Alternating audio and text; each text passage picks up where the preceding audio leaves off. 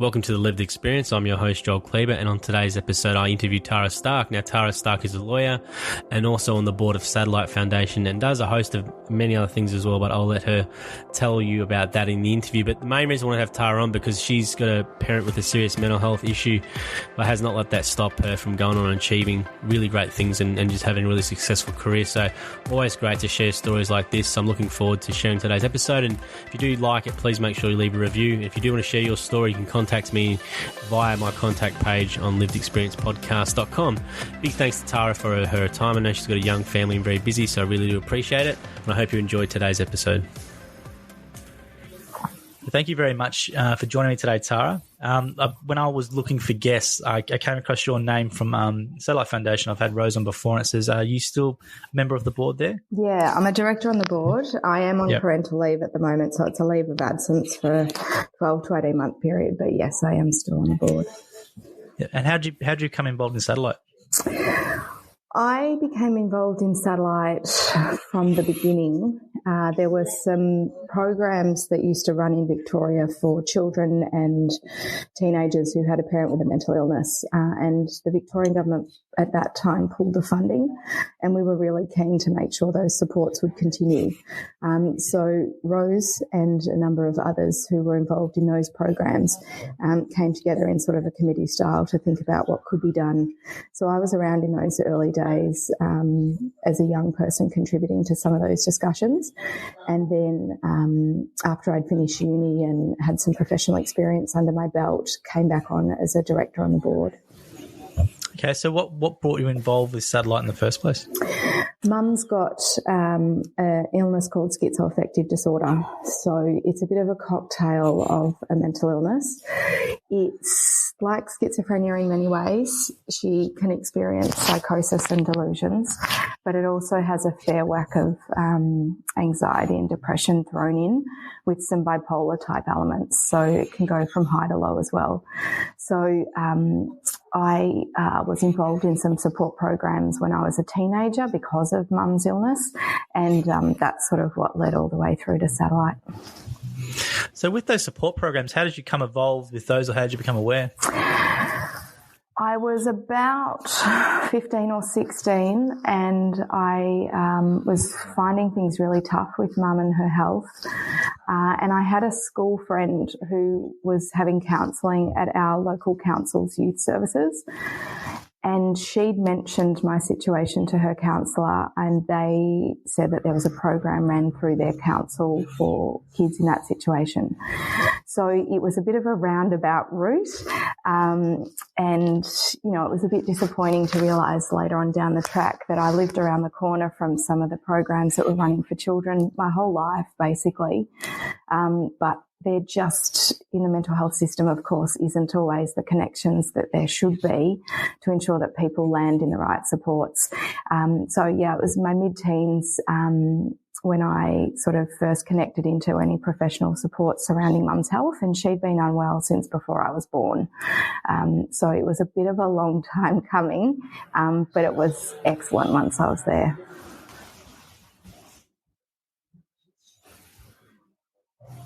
Yep.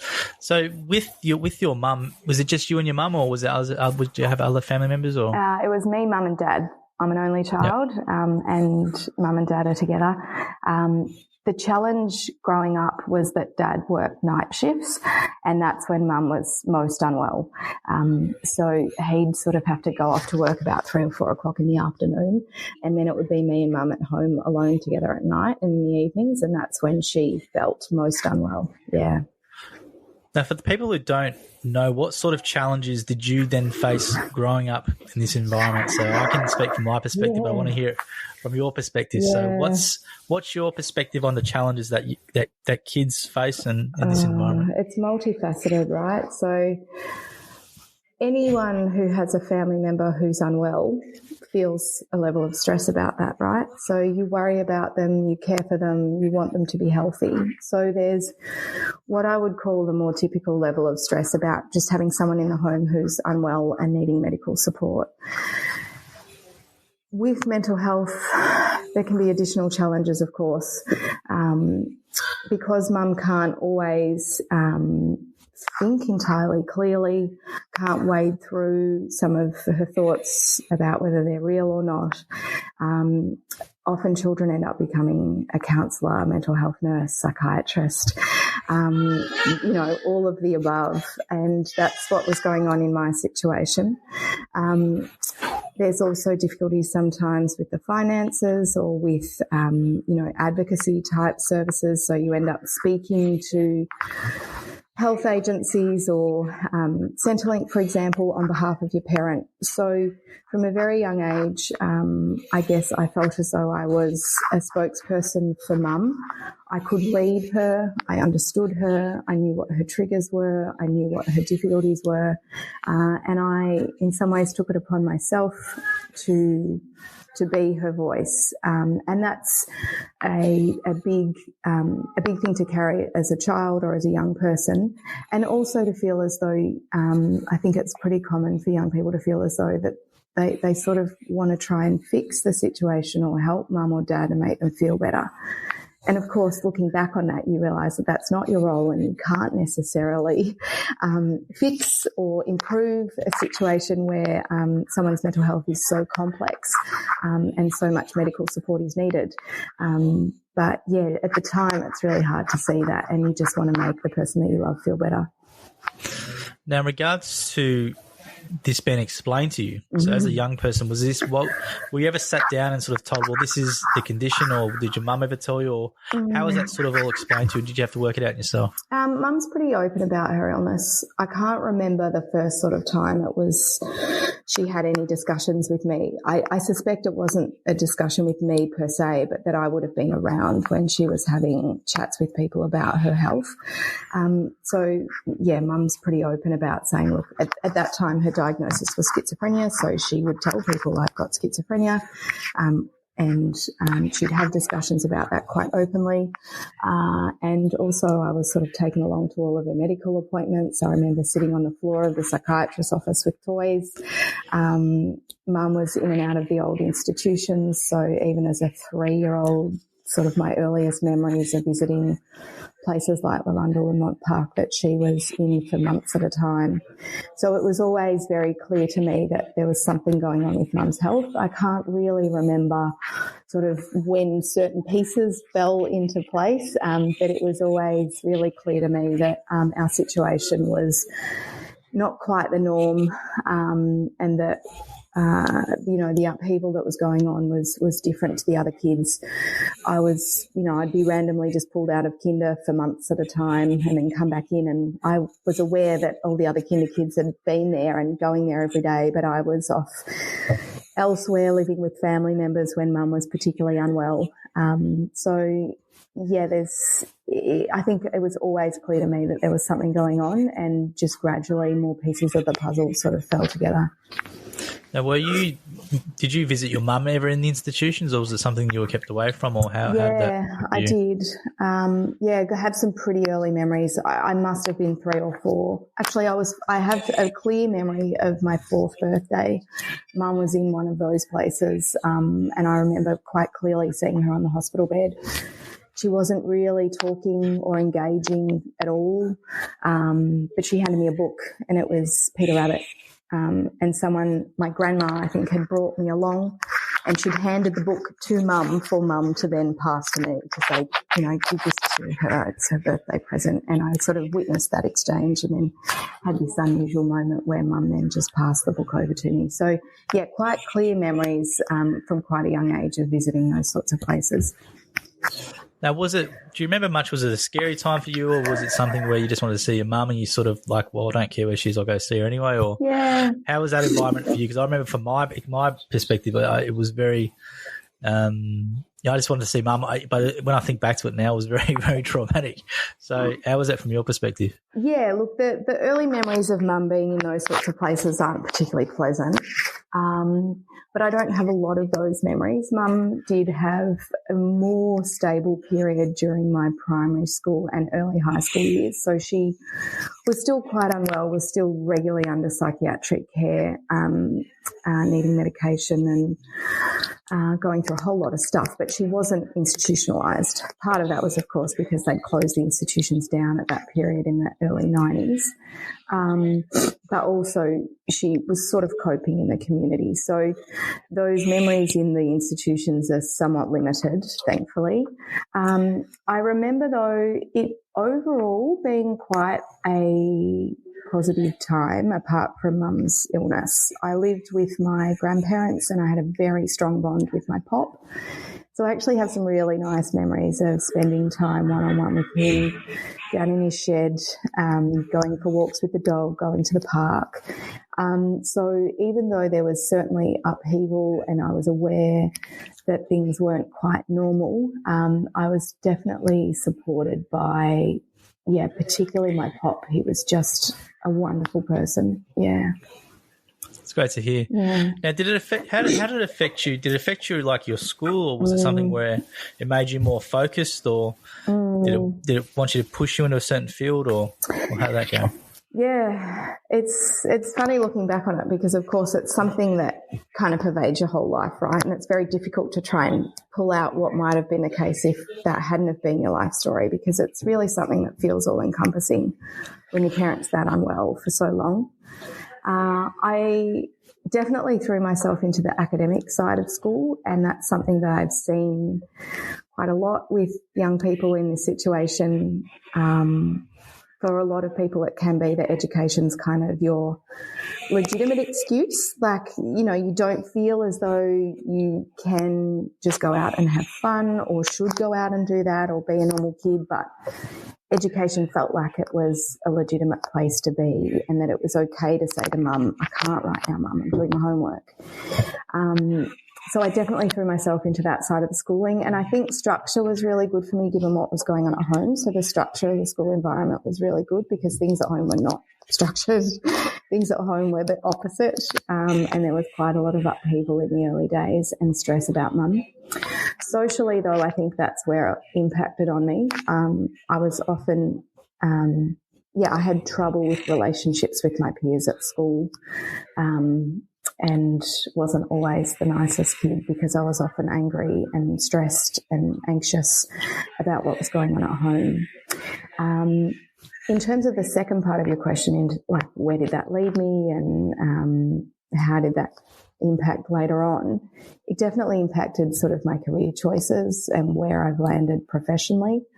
And a lot of that's got to do with the supports from programs that were sort of the precursor to Satellite. And they sort of gave me the space to realise that I could talk about Mum's mental illness, that I could speak about what it was like to have a parent with a mental illness in a range of settings, which sort of gave me confidence with public speaking, with advocacy. And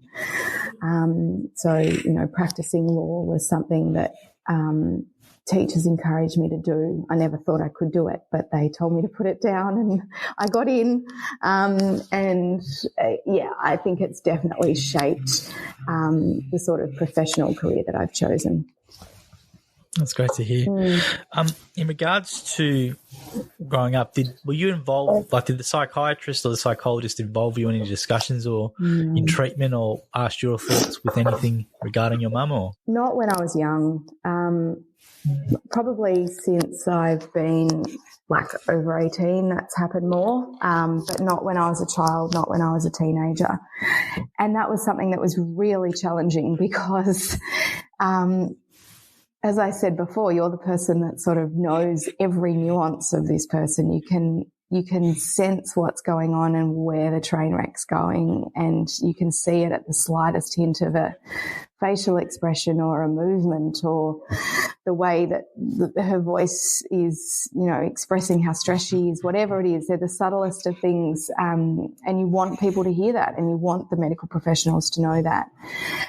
So, no, I was never asked or involved in when I was younger. I put myself in the position where I wanted people to hear me. I would be the one to call the CAT team, and I would be the one to occasionally pick up the phone to the psychiatrist and say, hey, this is what's going on. You need to be here. CAT, for those who don't know, is the crisis assessment team. And I had to make a number of those calls during my teenage years to them and to the ambulance. And so even though I wasn't involved in the discussions around her ongoing care, certainly when there were crisis situations, I was the one that spoke up for her.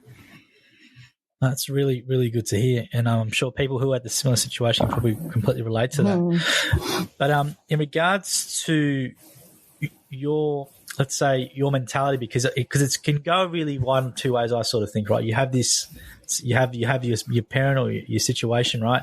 You can either use it to be, let's say, perennial victim, where you're going to use it and I'm not going to do anything, go in this path, or you use it as your fuel to go, let's say, and do something really well. So in regards to, young people who might be in this situation now, what's your sort of advice to them in regards to how to treat this situation, or how to, let's say, leverage it into some motivation, or what can they really do? Because the reason why I do this whole thing is because I had no guidance. I had no one to sort of help me or even to look up to, right? So someone like yourself who's a successful lawyer, despite having this hardship in the background, right, he was able to do that. So what's your sort of advice to someone? Yeah, there's, I guess, a few things. The first, and I know it's really difficult to do, but the first thing I'd say is, as difficult as what you've been through, God, you've got some skills. Like, to be a child or adolescent, teenager who is kind of surviving that situation means that you know how to do stuff. And for people's situations vary, right? But it's really common for young people in that situation to be the accountant for the family, to be the shopper for the family, to be the person who carries the mental load about who needs to be where or what needs to be done. And all of that feels really heavy at the time, but it's something that as you go through life are necessary skills that everyone will end up having to build later on down the track, right? Like, resilience is something that everyone has to get through and everyone has to learn once they're booted out of home or once they leave the nest. You've just learnt them earlier, and at the time that feels really unfair, and you can get really angry, and it's really easy to get bogged down in that anger, I reckon, because it just feels wrong, right? You're not supposed to be parenting your parent. And so it's a really difficult situation to be in, but there are things that you're learning the whole way through which will actually be really valuable if you can put them to the right uses. The other thing I'd say is find supports. I know it's really easy not to trust the institutions. You've been given reason not to trust the medical profession, not to trust the institutions, not to trust your schooling. If you've been burnt, if you feel your family's been burnt, that you've been done wrong by the medical profession, that you've been done wrong by psychologists, that your family member has, it's really easy to become detached and cynical and cut yourself off. But we're social people, right? We need support. We need community around us. We need to feel as though we've got people that have got our back. And that can be a really difficult thing to find when you're in a kind of crisis situation at home. But look around school. Look around. Probably won't be your parents' medical professionals. So like the psychiatrists, psychologists, etc., that are looking after someone with a mental illness, generally speaking, are still not great at thinking about the rest of the family.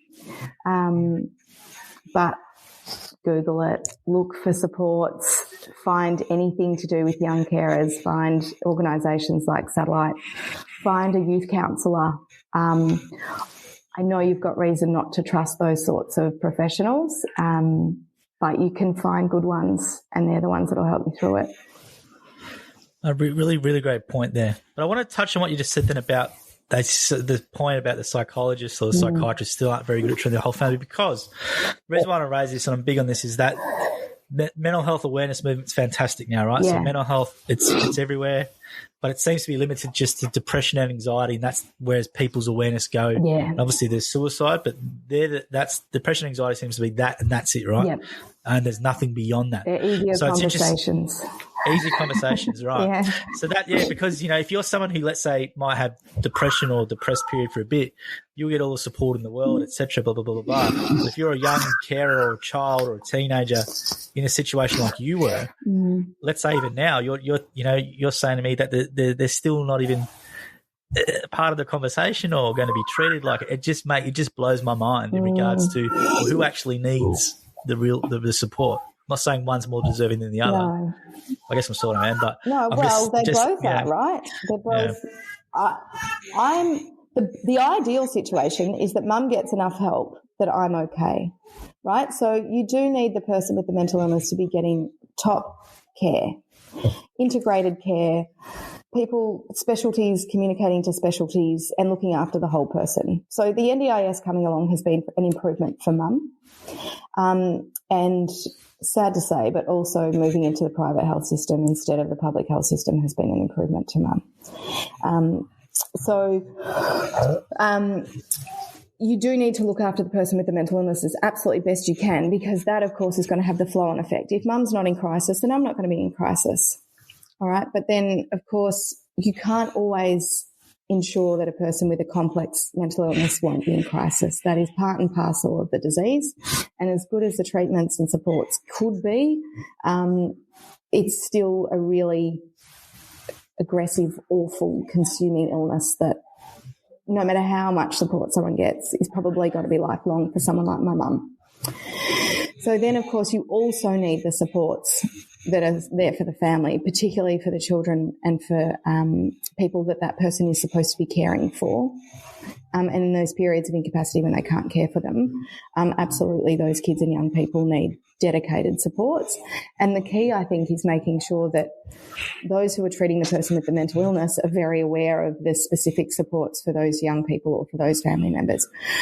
I understand why they can't necessarily all be one and the same.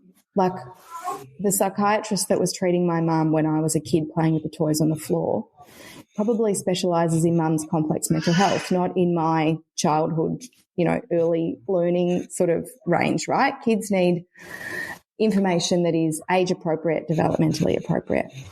So we need our own specific supports at those different stages. And the key is to make sure the systems kind of all work together so that no one's falling through the cracks. Yeah, the thing I was talking to Maddie from Little Dreamers and Rosa as well before about this is where it seems to me they were saying even like some of the let's say school teachers or psychologists or even psychiatrists don't know who to use or refer to, which for me it's just dumbfounding because you think, all right, go to a web page or go to a site, type this in and bang, there's all your numbers and there's all your referral there. Yeah. So from your perspective, because you're obviously involved in it, why doesn't that happen? It seems so logical that it should. Yeah. Well, when it comes to teachers, man, they have a difficult job, right? Like we're in a world where we want them to do amazing things academically for our children, but we also want them to be their social and support network. And they're completely overworked and completely underpaid. And they're all doing, from what I've seen of them, the absolute best they can in a really difficult situation. So why aren't they going out and doing more? Well, probably they're at their limit and they would like to if they had the space to. I don't know. I tend to try and think the best of people, and I do think that's often the case for teachers. I do think they want the best for their students. So awareness raising is part of it, but it's making sure that it's awareness about really practical things as opposed to let's talk about mental health and why it's important. It needs to be, these are the organisations that work in our area and this is how I tap this child into this particular support. I think there is also a challenge around people feeling really scared about not doing it right. I'd been involved in educating primary school teachers about this sort of situation in one of my previous jobs. In my early 20s, I'd go to primary schools, I'd talk to the teachers about what my situation was like and what teachers could have done for me at that stage. So those sorts of programs were excellent, but they were pretty light on the ground. Like we didn't get around to every school, and we certainly didn't get around to every teacher. The resources needed for that sort of thing would be enormous. But it's making sure that as much as possible, as much as can be funded, as much as we can put those sorts of supports into schools, that people know what the pathway is. So from what I gather, the Victorian government's done something around getting mental health support workers in each primary school, I think they were saying on their ads recently. So, it's those people that need to know this is the particular people that we can refer kids to. And the other thing that was really important part of that discussion that we would have with primary school teachers is that don't be afraid to dip into those situations. I think people, when it comes to complex mental illness, are scared they're going to say or do the wrong thing. They're going to rock what is already a very rocky boat. So it's better not to do anything, right?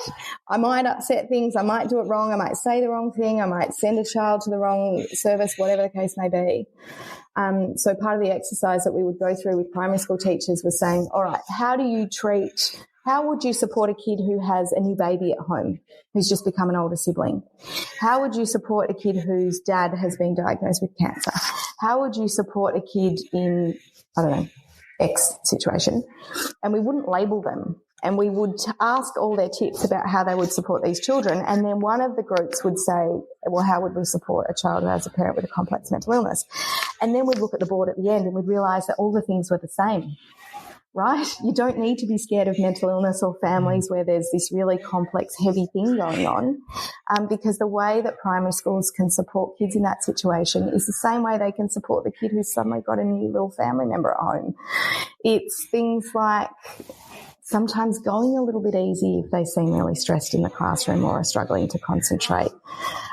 It's checking in with them, not in a heavy way, but, making sure that you're giving them the support they need around their learning and turning up for school each day. It's all the things that primary school teachers already know how to do, how to support their young people, but it's just applying it in a different setting so that they're hopefully not so fearful of stepping in and being that support that teachers can be brilliant supports for young people in this situation. That's some great points there. And I was going to say about, with movement now and the mental health movement, and you've touched on a bit before about the awareness channel. Yeah. What do you think we need to go now beyond that? What do you think needs to happen beyond this? Everyone knows it's an issue. Service delivery. Phase we're at. Okay, service delivery. It's cool. Service do you want to elaborate on service delivery from your perspective? Yeah. It's funding for frontline services. Right? Because you could talk about it till the cows come home, but if you have to pick up the phone and call the crisis assessment team and be told that, like, literally these words were said to me when I was a teenager, unless your mum is about to hurt you or herself, we can't help you. Right? So if our system is that stretched, then talking about it's useless. So you need primary healthcare to be funded so that our psych nurses aren't burning out, so that our psychiatrists can continue to have a heart and see humans, because they're so stretched that everyone's just having to move through perhaps too quickly. Our hospital system doesn't have enough beds, so people just have to be moved on, right? So you need to address that, and then you also need to address the intake, because you don't want people to get to crisis point.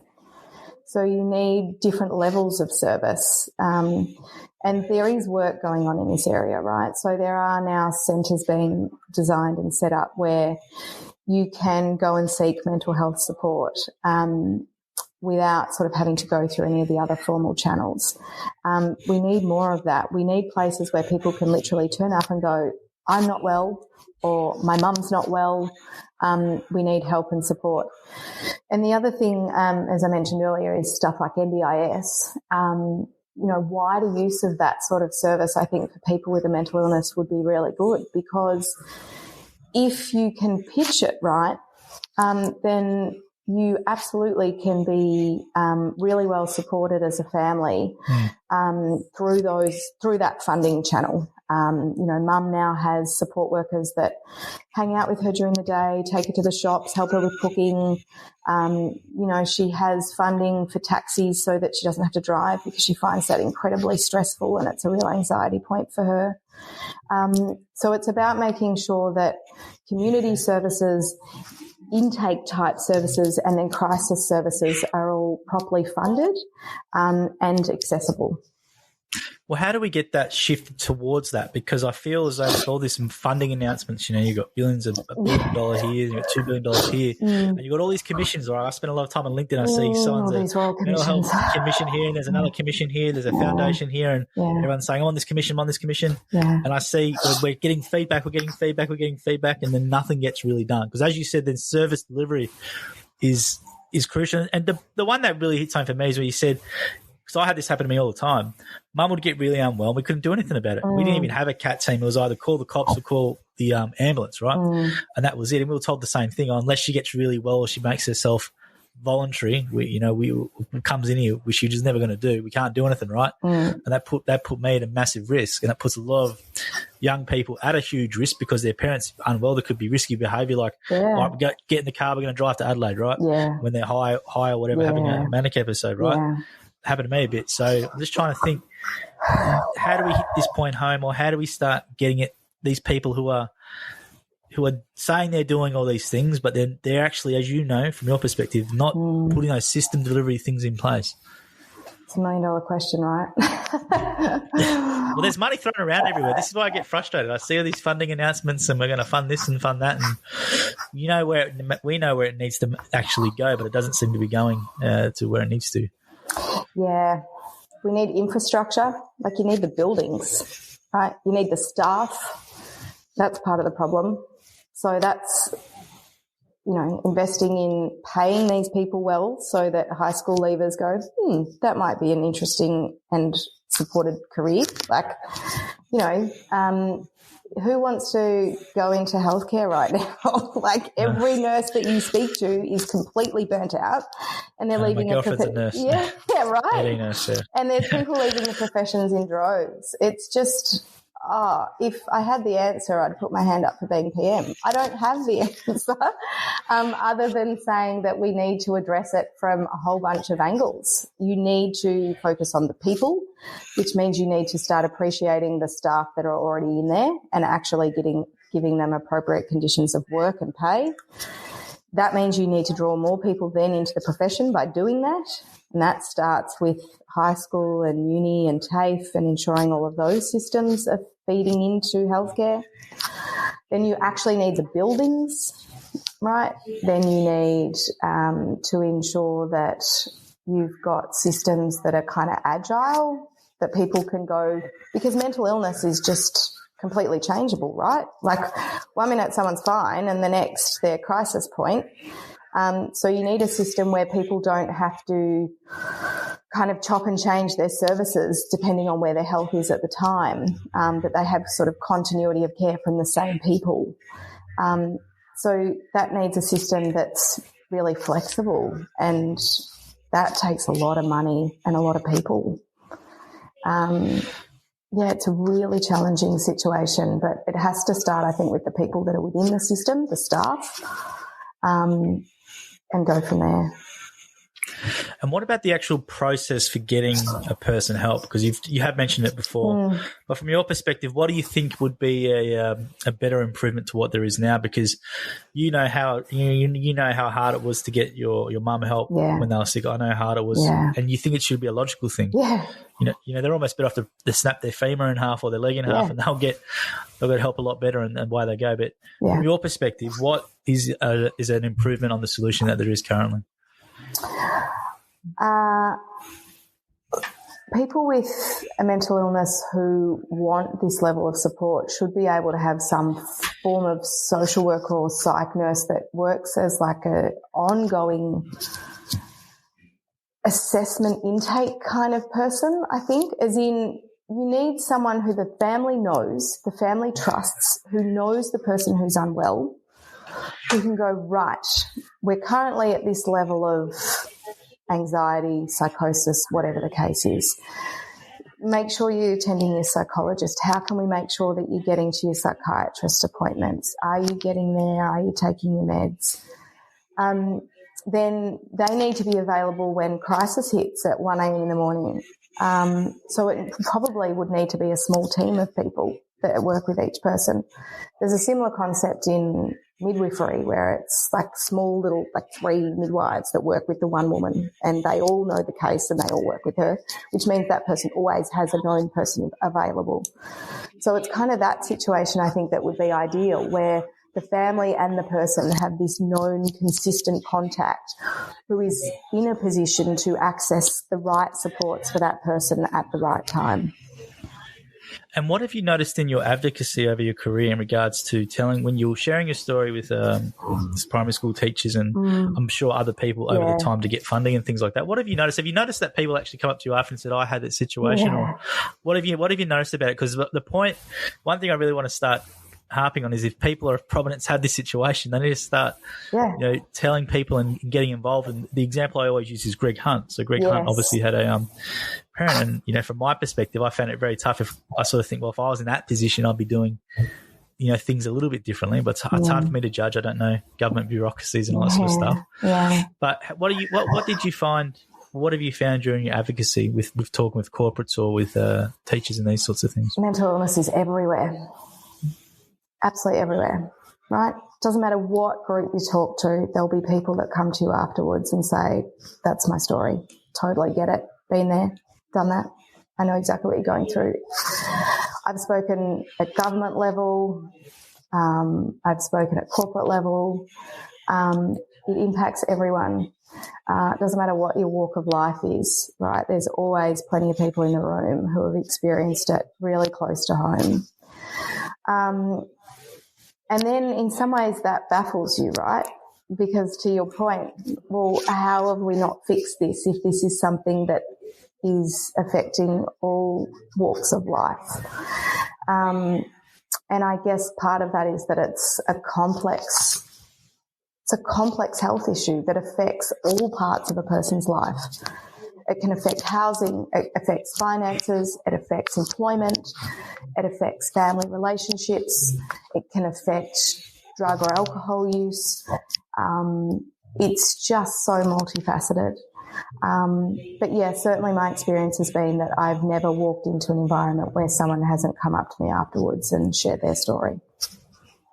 And with your being a director of Satellite now, are you surprised? Were you there at the start, or how long have you been involved? I was there at the start as sort of a young person contributing in an informal way. So I didn't have any formal role with Satellite in the beginning, but I attended a number of sort of early meetings around, well, what can we do now that these support programs are no longer being funded?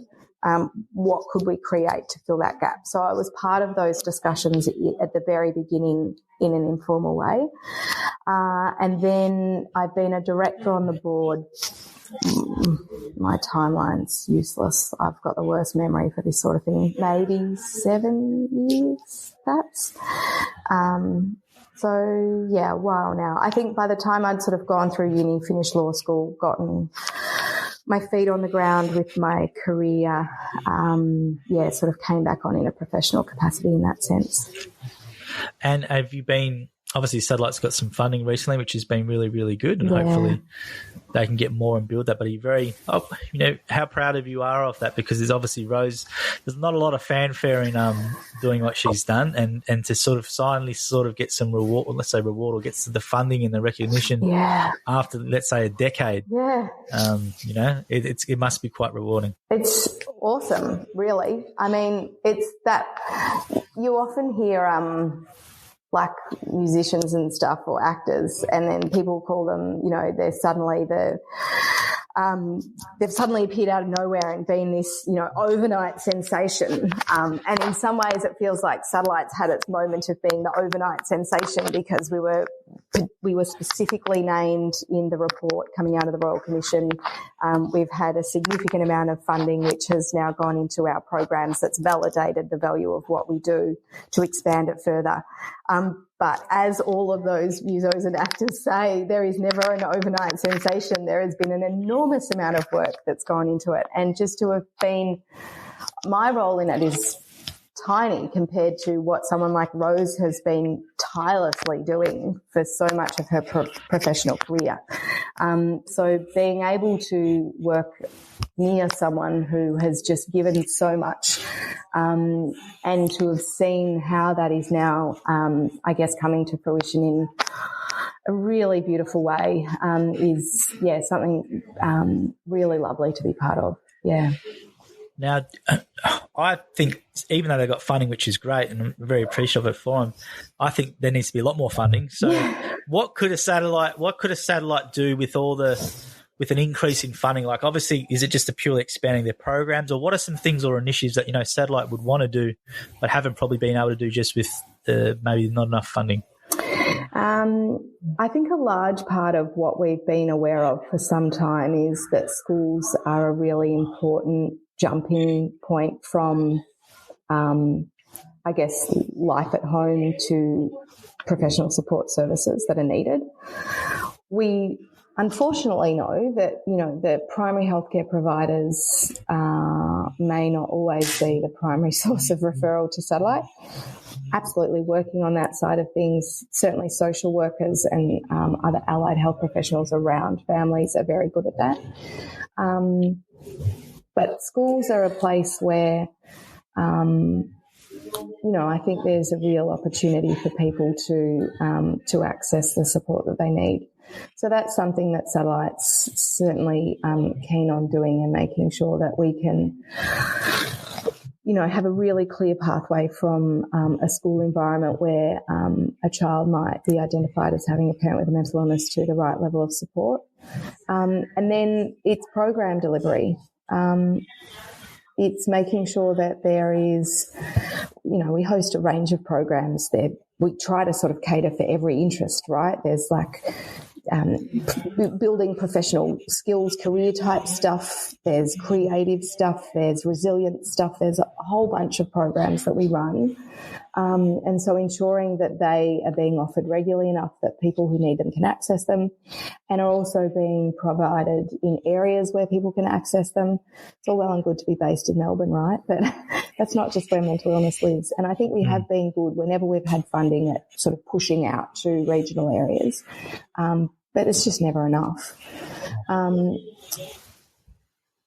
I was going to say something else, and now I've lost my train of thought. I'm sorry. So yeah, I think it's about making sure that we can roll those programs out as much as people need them, and then also ensure that we have a greater awareness about what we do, so that people will quite easily be able to tap into it. I think the other thing that's really important, though, is making sure that we have also the funding to actually pay young people to build our services and to be involved in our services. I think some of the really important advocacy kind of jobs I've been involved in have been jobs. They've been paid because we need to recognise that what young people are bringing to the table in these situations is absolutely invaluable. And it's, a level of knowledge that even someone with the professional certificates and degrees can learn a lot from. Right. So I think it's really important as well to ensure that these sorts of, whether it's Satellite or any other service that works around mental health, can not just drain the resource of these young people or these family members or young carers, pay them, put them in professional positions, recognise that they come with a skill set that is worth a wage. And I think that's a really important thing to do. And I know Satellite's very good at that. I've been involved with SANE. They're very good at that. Because, you don't want people to burn out from advocacy. You don't want carers to be going out and spending their psychological energy when there's so little of it, when your cup is always so full. You don't want that to be just something that is costing them. I think it's something where you can build a professional career out of, not necessarily just talking, but actually recognising that there are skills there that people can then translate into direct service delivery, and have plenty of people with lived experience working within the system. I think it's very important. I think also having that passion to do it as well. Obviously, they've lived it and they can feel as though I can make a change, and if I can get an accelerated pathway into, if they want to become a psychologist or a mental health nurse and obviously be paid well, you have that accelerated pathway with someone who's really passionate about that about that field. Yeah. There's risks too, though. If you work with something that's too close to home, it can get really difficult. So we need to ensure that people have also been supported throughout that process, because talking about something that's quite difficult is something that can re-traumatize you. So there's got to be a lot of self-care skills that come along with building sort of a professional career around what you've lived at home, I think. Sure. Yeah. No worries. So we've gone for a while, Tara, so thank you very much for your time. I know you're very busy and you've got a young family, so I don't want to keep you for too much longer on a very cold Friday night. But if people can want to find out more about your story, is it your story online anywhere, or is it just via obviously they can read about you on Satellite? Yeah, the no, there's no particular place where it's all written down or anything like that. But yeah, I'm certainly around the traps at Satellite and have been on Sane Speakers list for a while. But yeah, hopefully anything that people have heard has been helpful here tonight. No worries. Thank you very much, Tara. Really appreciate it. Thank you. So there you go, Tara Stark, one absolute gun, and thank you very much to Tara for her time. She's got a young family, very busy person, so I really do appreciate the time. And I could have went for a bit longer, but I was conscious she had a family and I didn't want to keep her for too much longer on a Friday night. But it's just a great story to share, really inspirational, and for someone to have that sort of background and, you know, to live with that live all this hardship, to go on to achieve what she's done professionally is absolutely amazing. And to give back as well is really, really, really important. So good on you, Tara, and thank you very much for giving me that time on the lived experience. If you did make it to the end of the episode, please consider leaving a review. I do have another interview dropping next week as well with Emily Unity, which I think you'll get a lot out of. If you do want to share your story on the lived experience, feel free, don't be shy. Reach out to me on livedexperiencepodcast.com. There's a contact form, and send me a message. I will get back to you. So I hope you enjoyed that episode and got out of it. And until next week, stay safe.